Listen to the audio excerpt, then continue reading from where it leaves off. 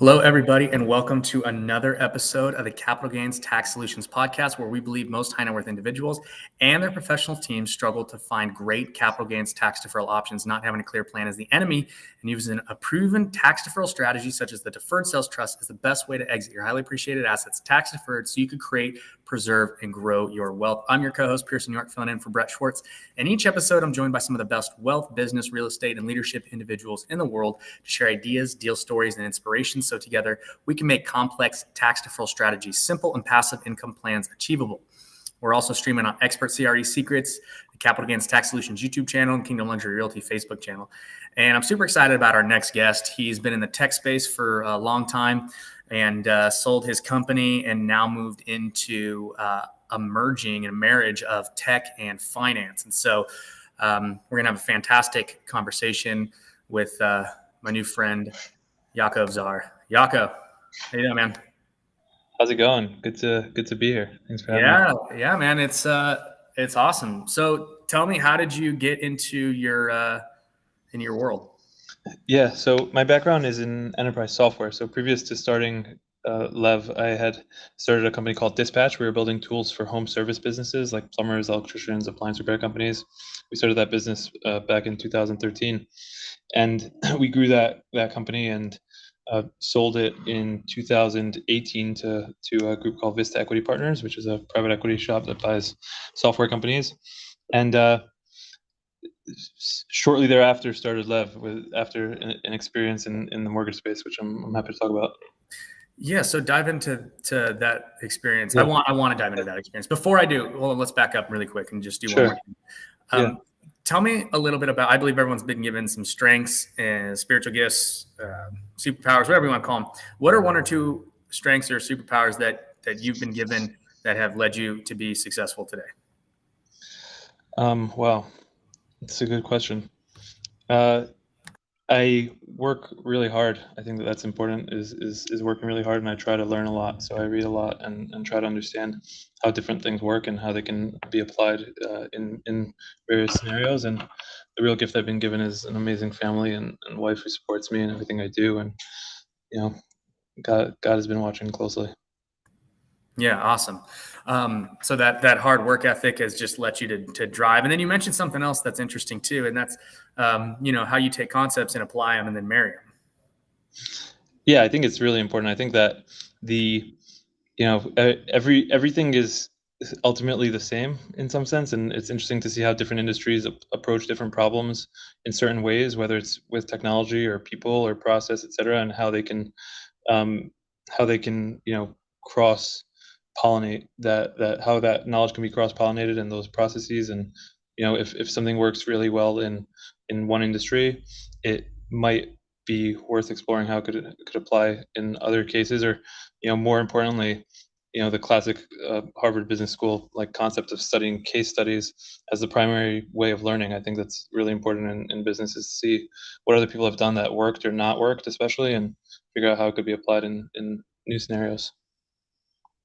Yeah, absolutely. That cross-pollination of problems, solving solutions and all that kind of stuff is, I think is vital to any sort of thriving business, and some of the best ideas come from absolutely industries. Yeah, I think we see it especially now, with the venture market and stock market, funkiness that's happening. And, we've seen really hot markets get in sudden pauses before, and being able to study that and learn from that and learn what works for different people, I think is really valuable.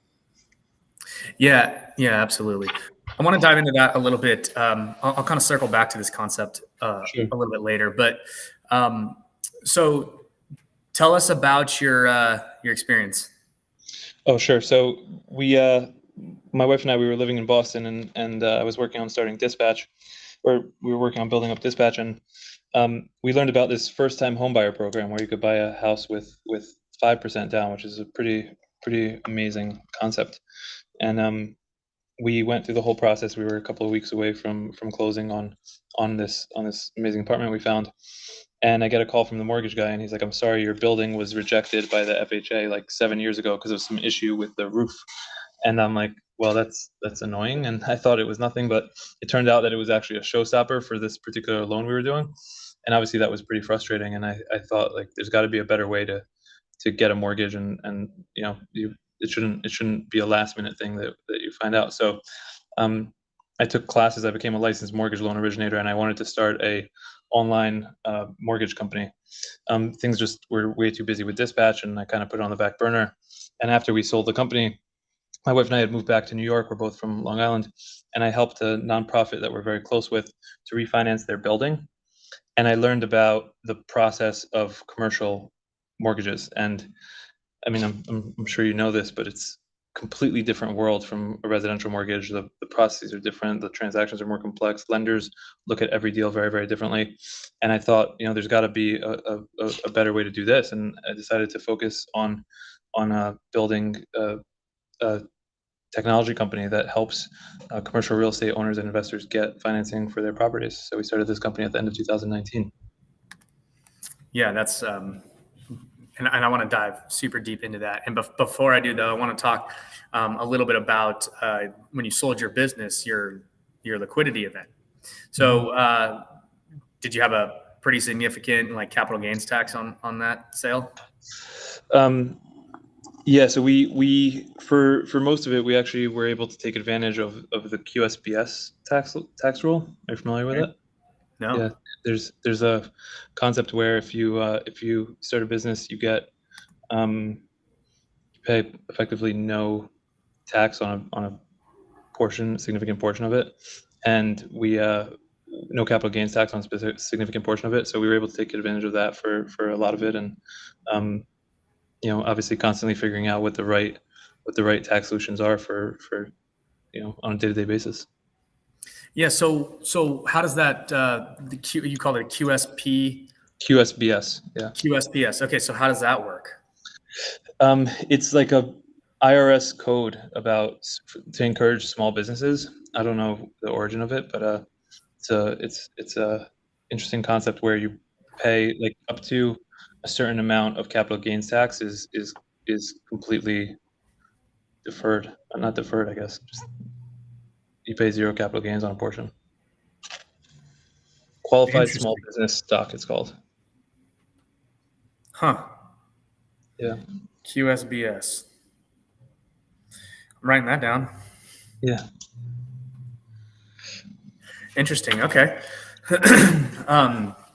So one of the things that we do over here is we use what's called a deferred sales trust. And what's cool about that is it works for businesses, but it also works for highly appreciated stock or commercial real estate or primary residence or crypto or whatever, any highly appreciated asset. And if it doesn't qualify for, something like a 1031 or like a QSBS or the 121 exclusion, or it's above and beyond, you can use the deferred sales trust. And essentially what you can do is you can sell a highly appreciated asset, and then you can it's kind of like 1031ing into a self-directed IRA account. So it gives you control over timing. It gives you control over and it's like kind of agnostic as well. So it's like with a 1031, you got 45 days to identify a property, 180 days to close. With this, you have no time limits. You have no like-kind constraints. So you can sell a stock and you can go into business, or you can sell a business and go into real estate, stocks and bonds and crypto, or you can sell crypto and go into a business venture and real estate. It doesn't matter. You can do whatever. And it's super flexible, interchangeable, and all that kind of stuff. And so it's a phenomenal tool that can be used when you have those big liquidity events. That's awesome. Yeah, it's really cool. We have a mastermind every Friday at 10 a.m. Pacific, 1 p.m. Eastern. I'll invite you so you can come and ask questions, bring the CPAs and check it out. It's a weekly thing. So, and if anyone else is interested, you can go to capitalgainstaxsolutions.com to learn more about that. But it's a phenomenal tool. So I'll definitely do that for you. Yeah. So there's my shameless plug for the episode. So back to you. So tell me a little bit about what your company does, how it operates, and how it works. Yeah. So commercial real estate owners and investors come to us when they have a property that they need to refinance or that they're about to buy, and they typically need a mortgage for it, and they might have a couple of relationships with lenders or not, and we're here to make sure that they get the right financing solution for exactly what they need, and we want to make sure that they have the absolute best experience. So, like I mentioned, there's thousands of lenders out there for commercial real estate. Every single one of them has completely different products with very different terms, and each of them has different underwriting guidelines and preferences on location and asset type, and all the different factors of what types of real estate they want to lend on. And our job is to help match them to match our clients to the right lender. So we have thousands of lenders within our network that we work with, and we're able to understand the asset that our client comes to us with and what they're looking for, really understand their needs, and then get it matched with the right lender, and then help them close that transaction digitally. So are you guys like eHarmony for commercial lenders? That is a good way to put it. Sure. Love that. Not Tinder. We'll take Tinder. Well, Tinder, you just swipe left or swipe right. Like Right, eHarmony, right?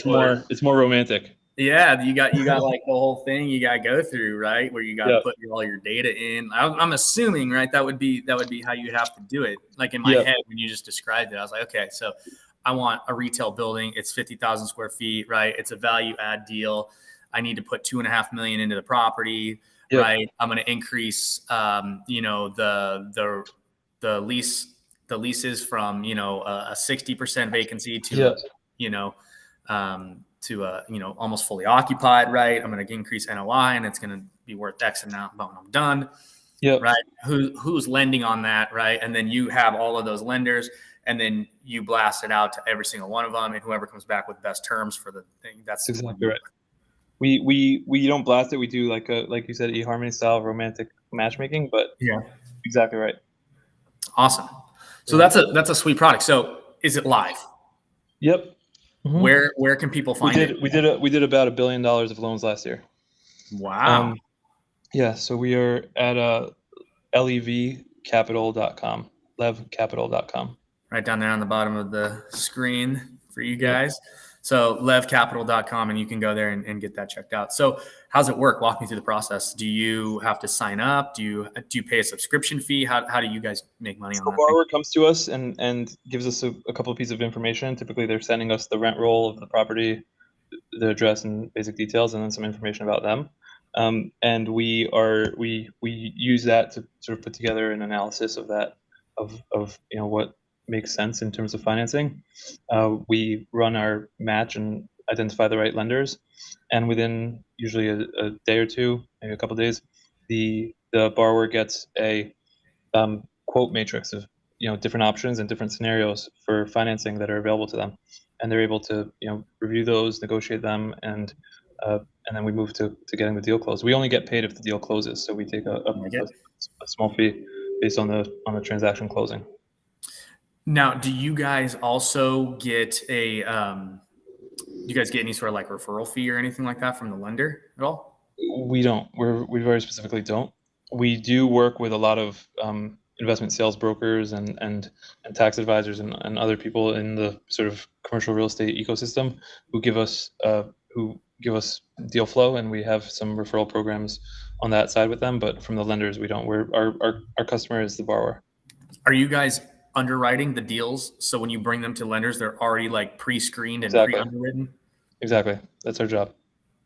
Okay. So we want to make it as simple as possible for the borrower, for the lender to analyze the deal and make sure it's a good fit for them. So you guys are collecting all of the loan docs up front and everything that is needed to create a file, and then you send it out. Right. We collect all the due diligence for the borrower up front and try to put together the most complete package possible for the lender. Have you guys figured out a way to streamline that process at all? We've built a bunch of things that make it better. We have an online portal where the borrower sees a very clear checklist of what is missing and what is, depending on the level of urgency of what we need in order to get the deal out to market. They get real-time updates on requests that come in. They get reminders as based on their settings of what's missing and what they need to provide. So there's a lot that we've done there. We're building even more automation. So borrowers could drop in raw files and we can parse them and identify a rent roll and pull all the right pieces of information out without making our borrower fill out a form with like 100 questions of like, we could ask a million questions about every property. What's the NOI? How many units, right? Like we just parse the rent roll document that the borrowers give us. So there's a lot that we've built there. There's a lot more to build. I think we're working on some other things where you could log in with your bank account and we could pull in information, and there's a lot of automation happening. Yeah. Okay. So here's the other concept that I want to kind of just dive into a little bit. Sure. I'm seeing a lot of this idea of tokenizing real estate loans, or with debt or equity, or parceling out the the property rights, right, and loaning on certain things. Are you guys entering into the blockchain space at all? You're talking to the wrong guy. I'm not a crypto believer. Not a crypto believer. I'm not a big crypto believer. I believe in some use cases. I think that in commercial real estate, there's the challenge that we have with sort of like sharing ownership in assets, et cetera, is less about the technology of tracking the ownership, which is where blockchain adds a lot of value, and more in just like deals making economical sense. And I think that's the concept of crowdfunding in commercial real estate in general. I mean, I think the market's pretty big at this point, but in terms of like it as a part of real estate investment as a whole, it's still pretty small. So I think there are some interesting things to be done there. I haven't seen an application of crypto in CRE that's gotten me super excited yet. Gotcha. Okay, so that's not necessarily something you guys any sort of focus, but antennas are up, and if you see something, okay, you'll for sure. Yeah, absolutely. We have probably the leading technology in commercial real estate finance of any company, and we probably invested I don't know if more, but definitely invested smarter and better in that space than anyone in the industry. So I think we have we're ahead of the game. We're ready to be where we need to be. So are you guys currently live? You've done over $1 billion worth of loans last year. Are you guys and now you're streamlining? Are you guys planning to move into like the single family hard money space at all, or anything like that? We do some transactions. We've done a bunch of single family transactions, mainly on portfolios. It's a hot space, and we're definitely excited about it in general. We have a lot of deep relationships with lenders who are really experts there. So when we have clients who are active, we definitely have the right relationships to get them engaged with. So let's say I have a portfolio of 30 properties, right? That I want to do I just want to do like a consolidation loan or Sure. a portfolio loan or something like that. Could I use your portal? Yeah, absolutely. Yep, come to us. We'll gather some information about the properties, tell us the addresses, and we'll get you quotes usually within just a couple of days. Nice. And now, how do you guys create?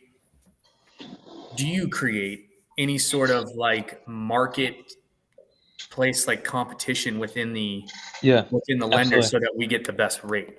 That's what we're here for, right? We want you to have a friendly partnership with the lender that you end up working with, not fight and negotiate for terms with them, which is what we do. So we do that on your behalf and allow you to get term sheets and be the good guy and get the deal done with the lender of your choice. And we work really hard to negotiate amongst lenders to pick to get you to the best options. Yeah. Interesting. Okay. So do you guys then have a criteria that you have to fit in order to basically use your services? A minimum qualification? We have some general internal guidelines just to make sure that we don't set false expectations with our borrowers. So if someone comes to us with a $1 million property and they're looking for $990,000 loan, we let them know that it's unlikely that it'll happen. But we've closed transactions as small as $500,000 and as big as $100 million. So we work across the spectrum. You guys do international? We don't do international. No, we're just U.S. We're just doing deals in the U.S. What if a company has U.S. like holdings and like outside offshore holdings? For example, a Delaware corp that does a lot of agricultural stuff in Colombia. Sure. As long as the property is in the U.S., we can get financing for it. Gotcha. Okay. Any plans to go international? We think about it often. It's just interesting to see how big the U.S. market is in comparison to the rest of the world in commercial real estate in general, and especially in commercial real estate finance. In the U.S., it's much more normal to have higher leveraged assets. So when you run like a comparison of the total U.S. commercial real estate debt and the rest of the world, it's funny to see how like most countries together are like the size of New York, right? In terms of like market size for CRE finance. So we have a lot to do here first. So basically, Americans are just way over leveraged. You know, over leverage, you know, who knows? See how it goes. Okay, what about? I'm going to switch gears on you a little bit and just kind of talk to you about what your thoughts are on market conditions and what are you guys seeing out there right now? I think that we've seen sort of a lot of people are waiting and seeing what is possible. We have a lot of transactions still closing and moving pretty quickly. Interest rates are going up a little bit. I think that's pretty well known across the board, and most lenders have adjusted their pricing to accommodate for that. But deals are still getting done, and there's still in the history of commercial real estate finance, the rates even up from where they are now, and they've already gone up, are still historically pretty amazing. So we're not in the all-time low that we were at a couple of months ago, but there's still a lot of meat on the bone, I think, and still a lot of deals to be done and money to be made. So are you guys worried about any sort of like recession or anything like that coming through? People being over leveraged, 2008 again, or anything like that? Yeah. I have some general concerns, especially about the tech market and venture market. I don't think we'll be in like a absolute disaster situation like we have been in the past, but I think it's going to be a rough couple of years, and I think that a lot of people who push the boundaries in leverage in the past couple of years are going to have some tough situations that they need to get out of. So dive into that a little bit. So someone's over leveraged, right? Like what if someone's cash flowing their property right now and they're kind of, maybe got a little bit of leverage on their property. Tell me where the breakdown is going to happen. I think the issue is that cap rates are going up significantly. And, if you got a loan on a property that was worth $1 million and the cap rate was 4 at the time, and now cap rate is 6, I'm not good enough at the mental math, but your property is worth like $800K or something now based on that. So you might be significantly underwater on your loan. Now, if you don't have recourse and you want to let it go and like you'll lose your equity, fine, that's your prerogative. If it's a tougher situation or you think that values are going to go back up and you want to do what you can to fight and save it, I think it's important to get the keep an eye on that and keep an eye on the market and make sure that you're maintaining good relations with the lender and figuring out a business plan that is sustainable. And I think we saw some of this at COVID, and it was sort of false preparation, which is, I guess, better than not being prepared. But a lot of people during COVID were locking down and getting ready to figure out what to do when the loans came due. And I think now people should run a similar analysis and take a look at their books and see where do they have. Maybe they're under leveraged somewhere and can put some more equity into other deals, or there's properties that they want to let go of, or just wait and see. I think for now it's generally wait and see, but I think it's good to be planning a couple of different scenarios.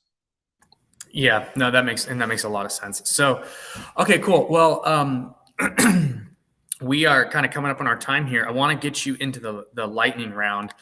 But before I do, so where can people connect with you? Yeah, you could find me on LinkedIn. Yaakov Zar, YJ Zar, I think is my LinkedIn thing. and on our website, levcapital.com. Cool. All right. So if you guys want to connect with Yaakov at LinkedIn, you can go find him on LinkedIn. He's pretty easy to find. Just type in his name. He'll pop right up. Or if you'd like to do the whole .com/in/YGZAR, you can find it. YJZAR. Yep. YJZAR. Yep. Awesome. Okay. All right, Yaakov, you ready for the lightning round? Absolutely. All right. What is your favorite leadership quote? Wow. I don't have one. Pass. Can I pass on in lightning round? Pass. Okay.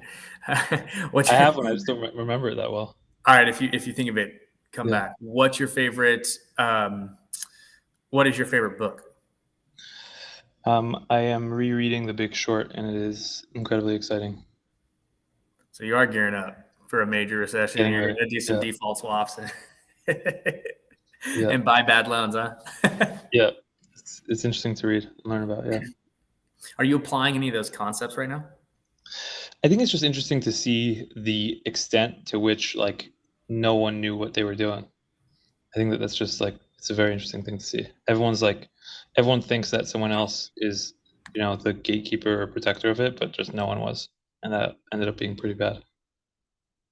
So are things in place now that are going to keep that from happening again? Or do you think we're going right back to that with kind of what's going on? I don't think things are in place in the venture market, for example. And I think that we've seen the effects of that pretty drastically. And I think we're going to see a lot of technology companies have to make pretty aggressive cuts. Interesting. Yeah, that's really interesting. So that might be the bubble then. Another .com versus 2008. It could be. Marriage of concepts, right? So exactly. Taking from what one industry did and just applying the solutions, right? Exactly. And circling it back. Okay. What are you most curious about right now? I am learning a lot more about the securitization market and trying to understand how it works and what the opportunities for commercial real estate loan securitization are. Hence The Big Short. Yeah, that too. Right on. All right. Yaakov, any final words? No, it was great to meet you and be a part of this, and thanks for having me. And hope I can help your listeners get financing. We're always here. Absolutely. So, guys, if you're interested in that, go to levcapital.com. You can learn all about the commercial lending platform, eHarmony. eHarmony for commercial real estate lenders. eHarmony for commercial real estate lenders, and get some good rates and some good deals. And if you guys are interested at all in learning more about the Deferred Sales Trust, come to our mastermind every Friday, 10 a.m. Pacific, 1 p.m. Eastern. You can find that at capitalgainstaxsolutions.com. You can sign up for it there. And or if you have a liquidity event that you want to talk about, see how that deal would go, go to capitalgainstaxsolutions.com, and you can learn all about the Deferred Sales Trust there, or any other capital gains tax solution that might be a solution for you. You can learn that there. So, Yaakov, thanks again, man. And Yaakov, thanks again, man. And we'll catch you on the next one. Awesome. Take care, brother. Awesome. And thanks again, everybody, for listening to another episode of the Capital Gains Tax Solutions podcast, where, as always, we believe most high net worth individuals and those who help them struggle with clarifying their capital gains tax deferral options. Not having a clear plan is the enemy. Using a proven tax deferral strategy such as the Deferred Sales Trust is the best way to create, preserve, and grow your wealth. Please rate, review, subscribe, share, like, notification bell, all that good stuff. And we'll see you guys on the next one. Yaakov, thanks again, man. It was a pleasure. And we'll thanks a lot. Bye. Have a good one.